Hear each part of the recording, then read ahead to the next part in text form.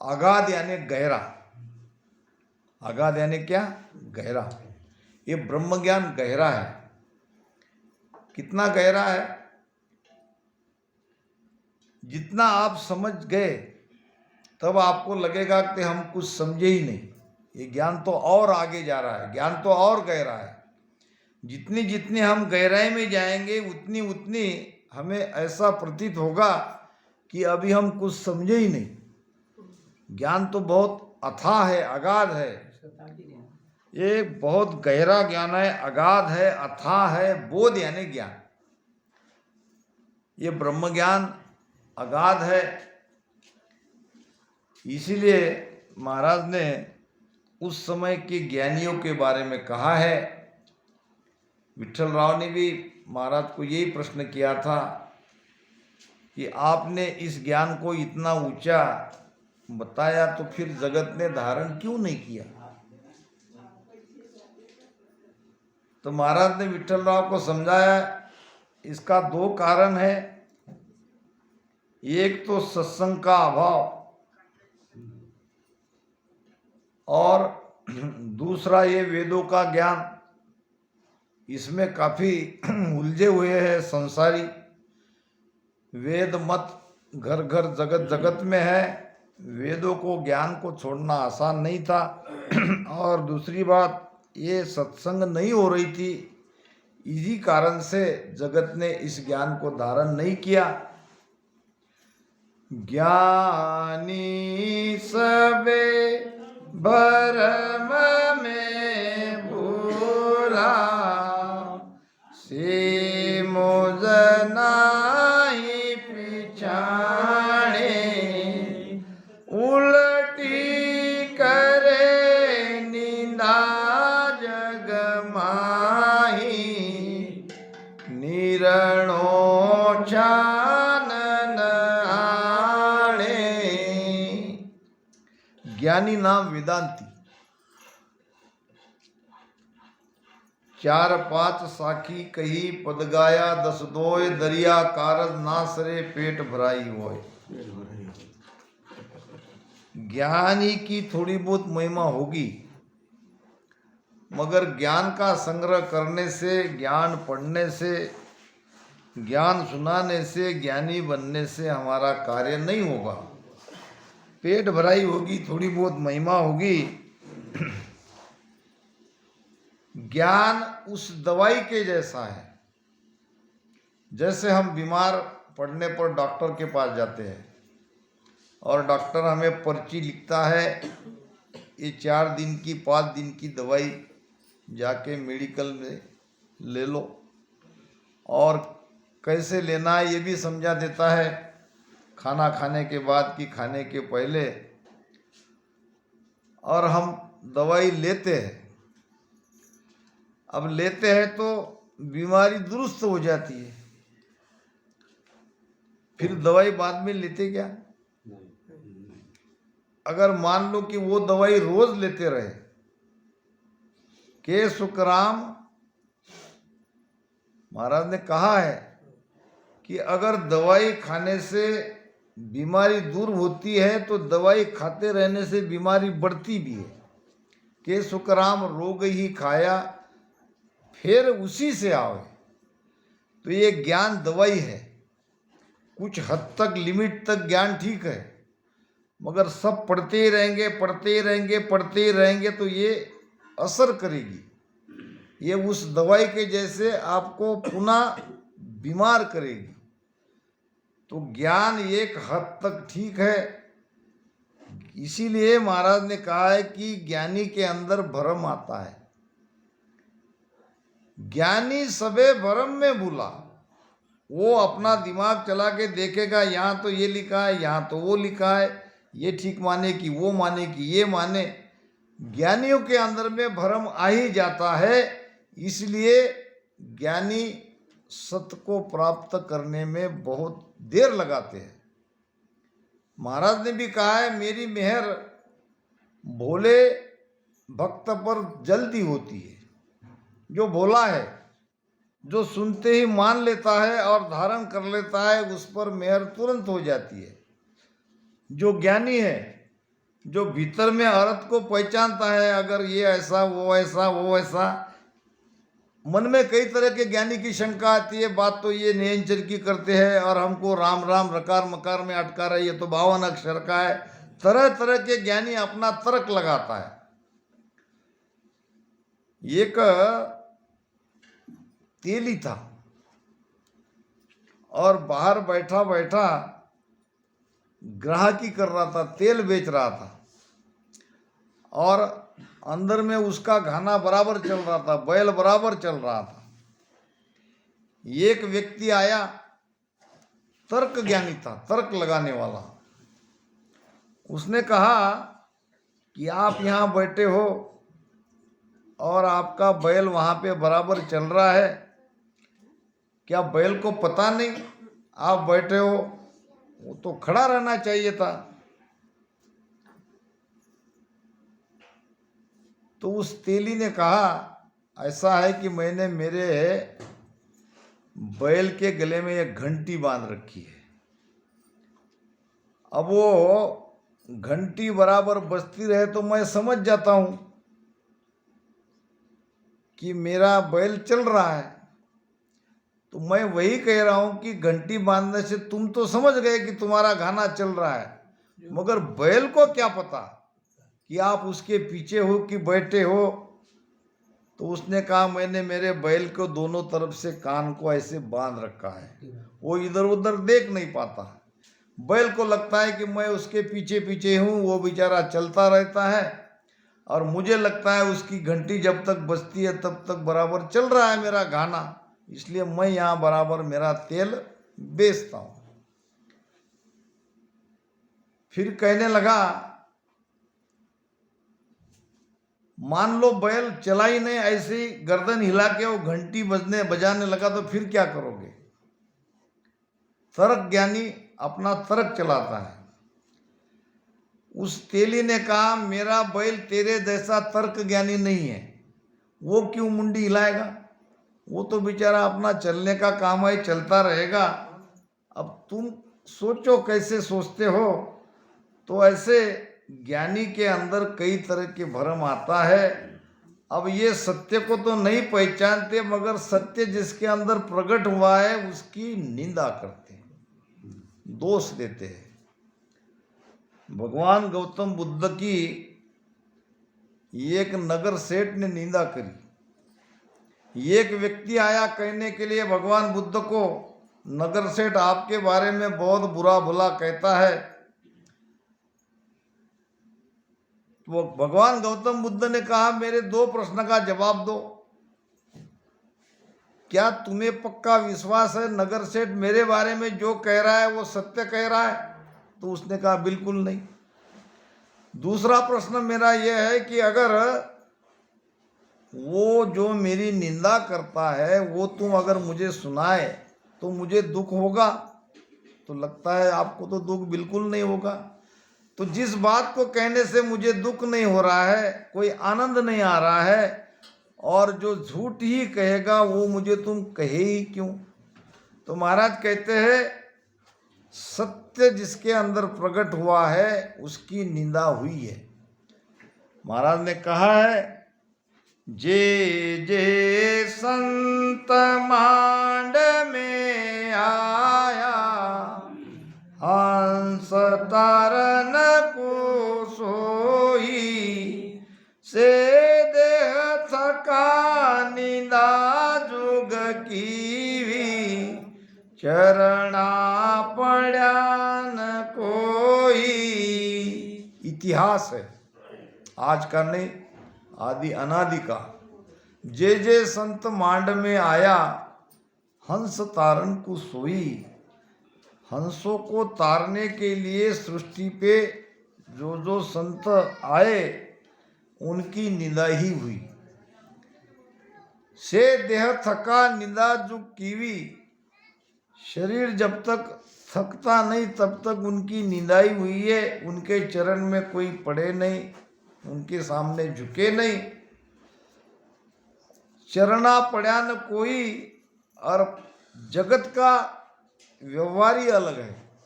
संत है तब तक उनकी निंदा करेंगे, संत जाने के बाद फिर उनकी रामधारा बनाएंगे, मंदिर बनाएंगे, पूजा स्थली बनाएंगी, फिर उनकी धन्य हो करेंगे। फिर धन्य हो करके क्या फायदा? फिर कितने भी कुछ महिमा करेंगे वो सत प्रकट नहीं होगा। इसलिए संतों की निंदा नहीं करनी चाहिए। वेद भेद लग बुध है सब में, पार ब्रह्म लग सोई, सत स्वरूप को कोई न जाने, ज्ञानी ध्यानी लोई। वेद भेद लग बुध है सब में। वेद और भेद लग बुद्धि यानी क्या? वेद है 4, सामवेद, ऋग्वेद, अथर्ववेद और यजुर्वेद। ये 4 वेद है। अब वेद तक बुद्धि का मतलब वेद का मंत्र है ओम, और भेद का मंत्र है सोहम, भेद नाम योग। तो ओम और सोहम को सब जानते हैं। ये हमारे जन्म से मृत्यु तक जो संस्कार या जो भी क्रियाएं या जो भी कर्मकांड हम करते हैं, ये सब वेद के आधार पर है। ये सब वेद ही है। जो कुछ हम बचपन से जन्म से लेकर मृत्यु तक जो भी संस्कार हमारे समाज में होते आए हैं, हो रहे हैं, इसका आधार मूल में वेद है। पहले सब वेदों ने ही बताया, ऐसा करो ऐसा करो, मरने के बाद क्या करना चाहिए, जन्मने के बाद क्या करना चाहिए, शादी कैसी होनी चाहिए, ये सब वेदों में लिखा है, वही हम कर रहे हैं। वैदिक मंत्र से हम शादी करते हैं। ये 7 फेरे जो लगवाते हैं, ये सब वेदों का ही ज्ञान है। तो वेद को तो हम सब मानते हैं, यानी वेद हमारे घर घर में पूरे जगत में फैला है। और दूसरा है भेद, अष्टांग योग। रामदेव बाबा जो बता रहे, ये अष्टांग योगी तो है। ये रेचक, पूरक, कुंभक, ये नवली, कपाली, ये जो करते हैं भस्त्रिका, ये सब योग में कहता है। इसका आधार है सोहम श्वासा। तो वेद को और भेद को जानते हैं सारा जगत। ज्ञानी ध्यानी लोई, सत स्वरूप को कोई न जाने, ज्ञानी ध्यानी लोई, पार ब्रह्म लग सोई। कहाँ तक जानकारी है जगत को? पार ब्रह्म तक। अब ये पार ब्रह्म कौन है? महाराज कहते हैं, पार ब्रह्म सु भेदिया हो, भेद निरालो समाय, राम राम भेद निरालो समाय, दिया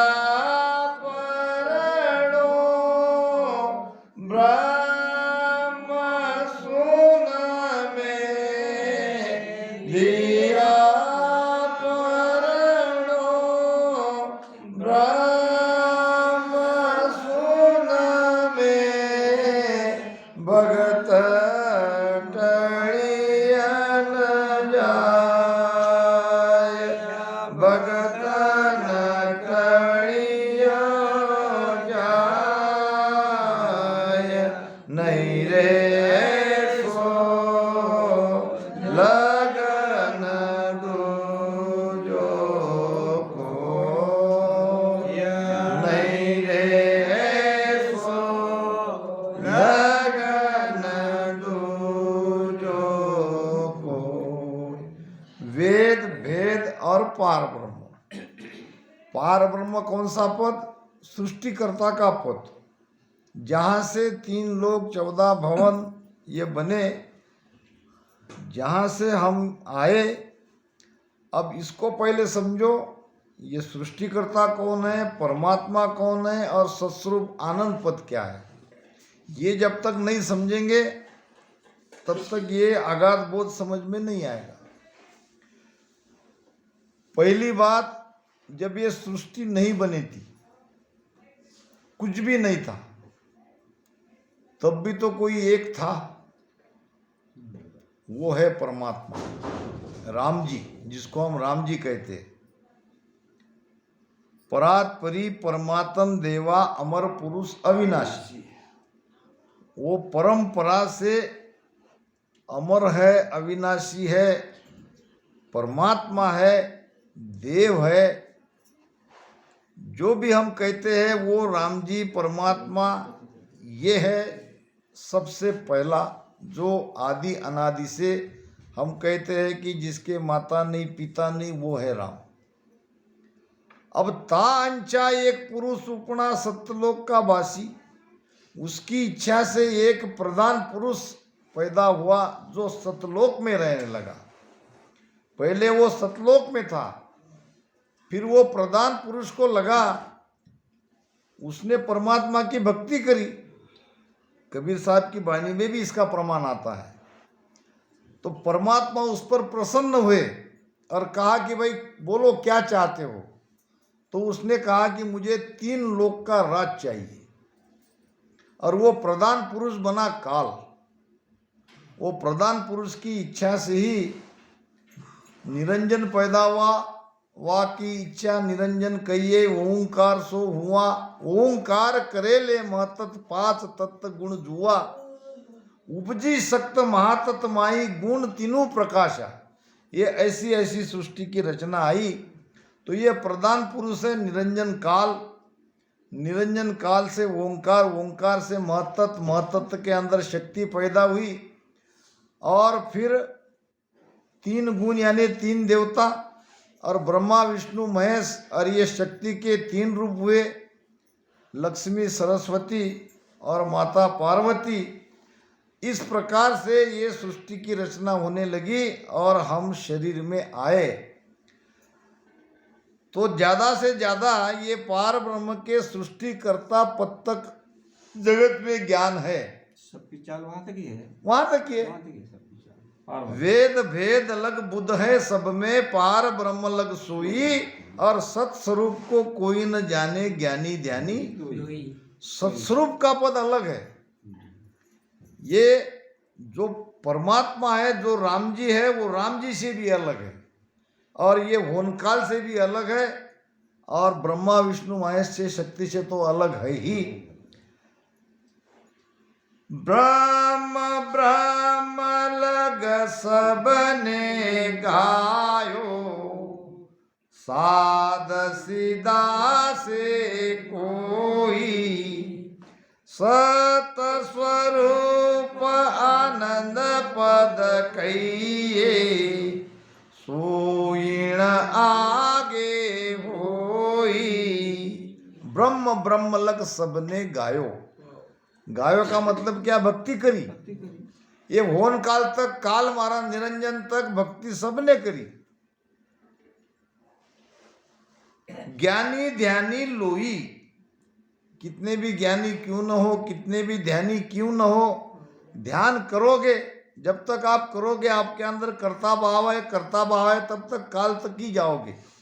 शून्य में जाओगे, समाधि लगेगी, फिर भी काल के दायरे को नहीं तोड़ सकते।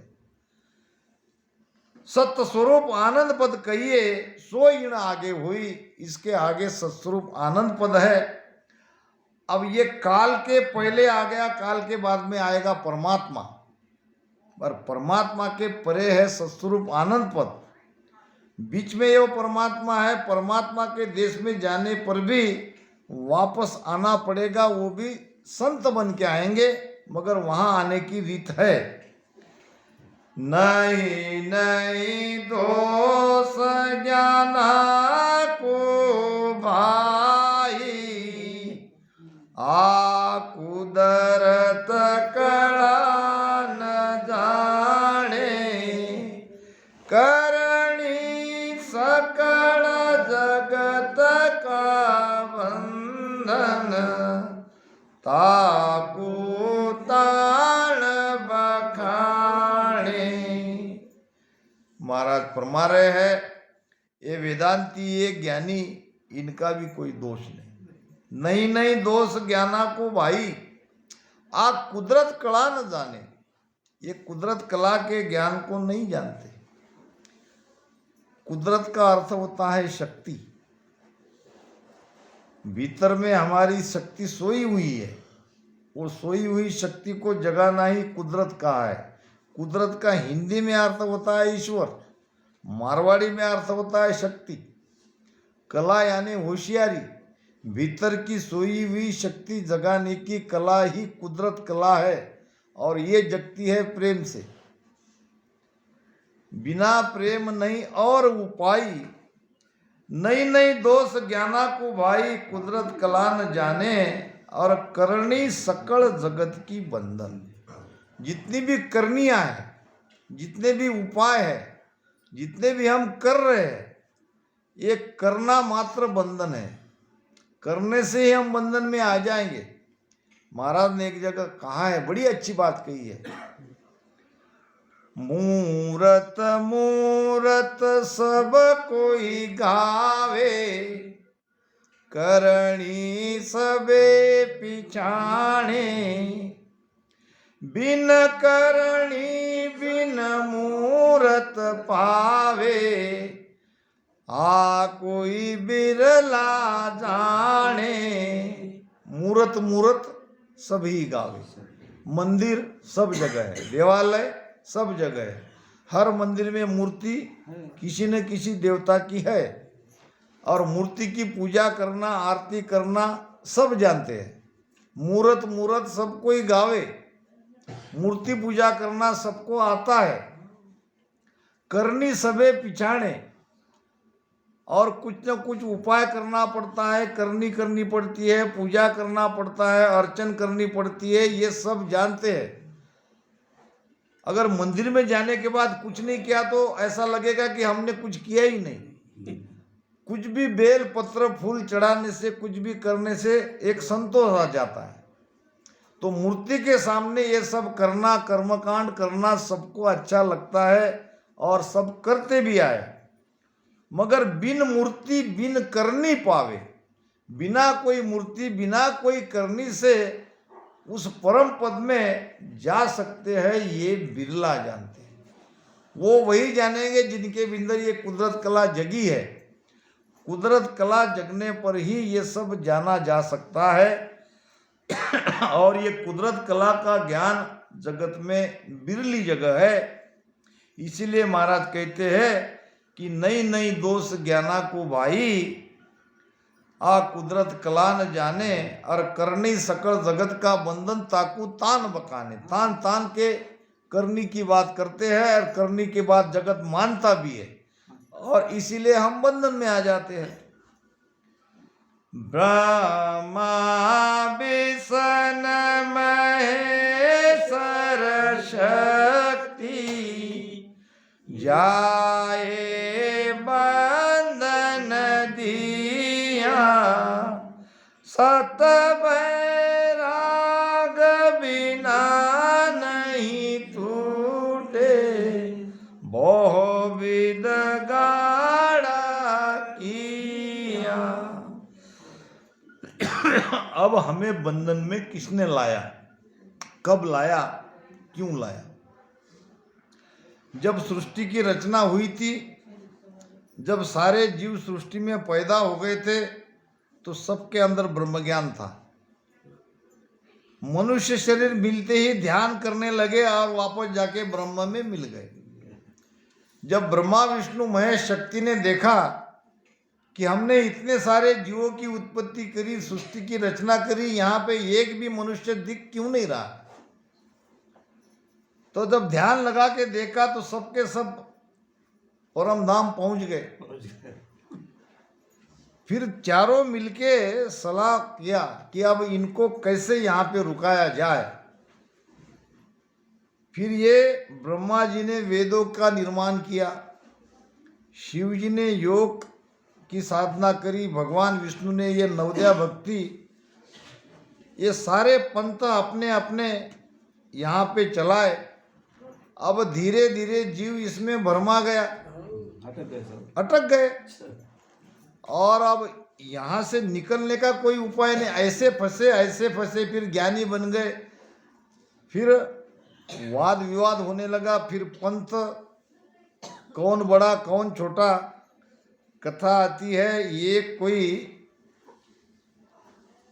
हाथी का सवार हाथी लेके ऐसे गांव में पहुंचा जिस गांव में सभी अंधे थे। वो गांव था अंधे का। अब हाथी के गले में घंटी थी, घंटी की आवाज सुनकर सारे अंधे भाग के आए, क्या हुआ क्या हुआ क्या हुआ, कौन है किसकी आवाज है।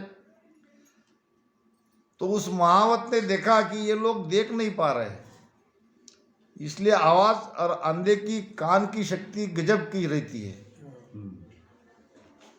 अब उन्होंने कहा कि भाई ये हाथी है। तो अंधे कहने लगे हमें दिखाओ। अरे भाई आप अंधे हो, आप कैसे देखोगे।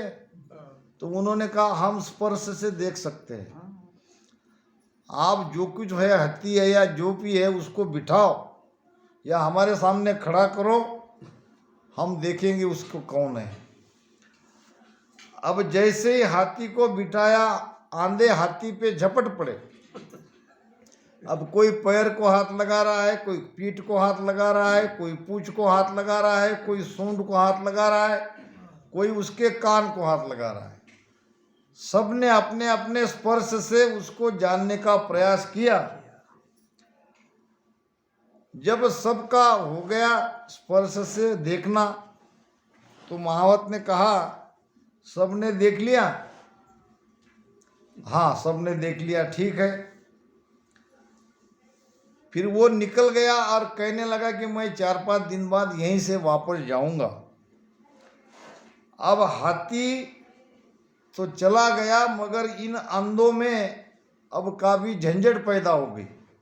सब अपने अपने अलग मत पे स्थिर हो गए।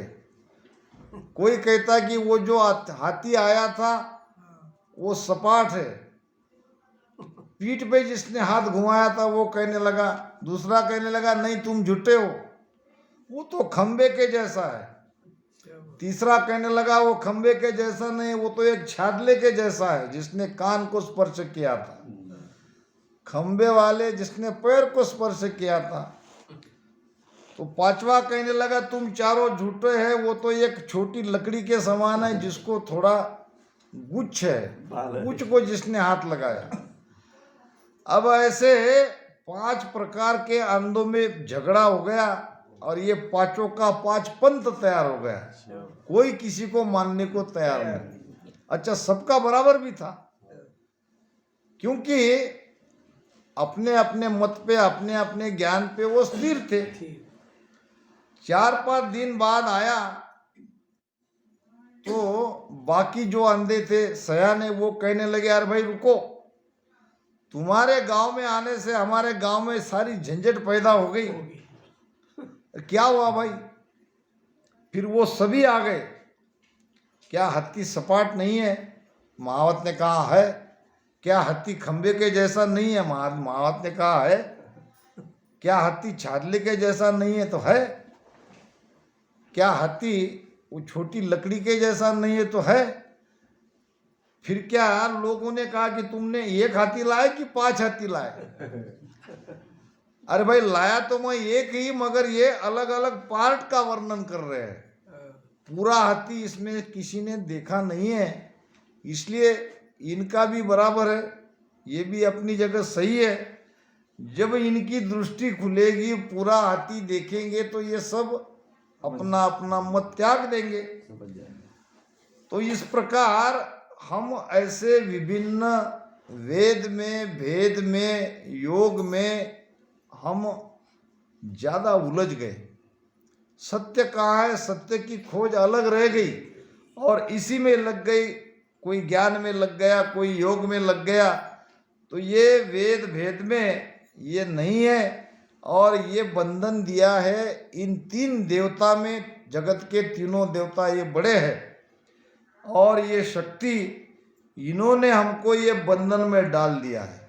वेद ब्रह्मा विष्णु महेश्वर शक्ति जाए बंधन दिया, अब सतबैराग बिना नहीं टूटे बहुविध गाढ़ा की, ये मजबूत किया है। गाढ़ा यानी मजबूत।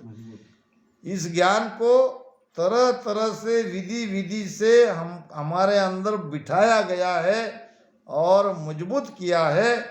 अब चाहिए सतबैराग। सतबैराग जब तक नहीं आएगा तब तक ये बंधन नहीं टूटेगा।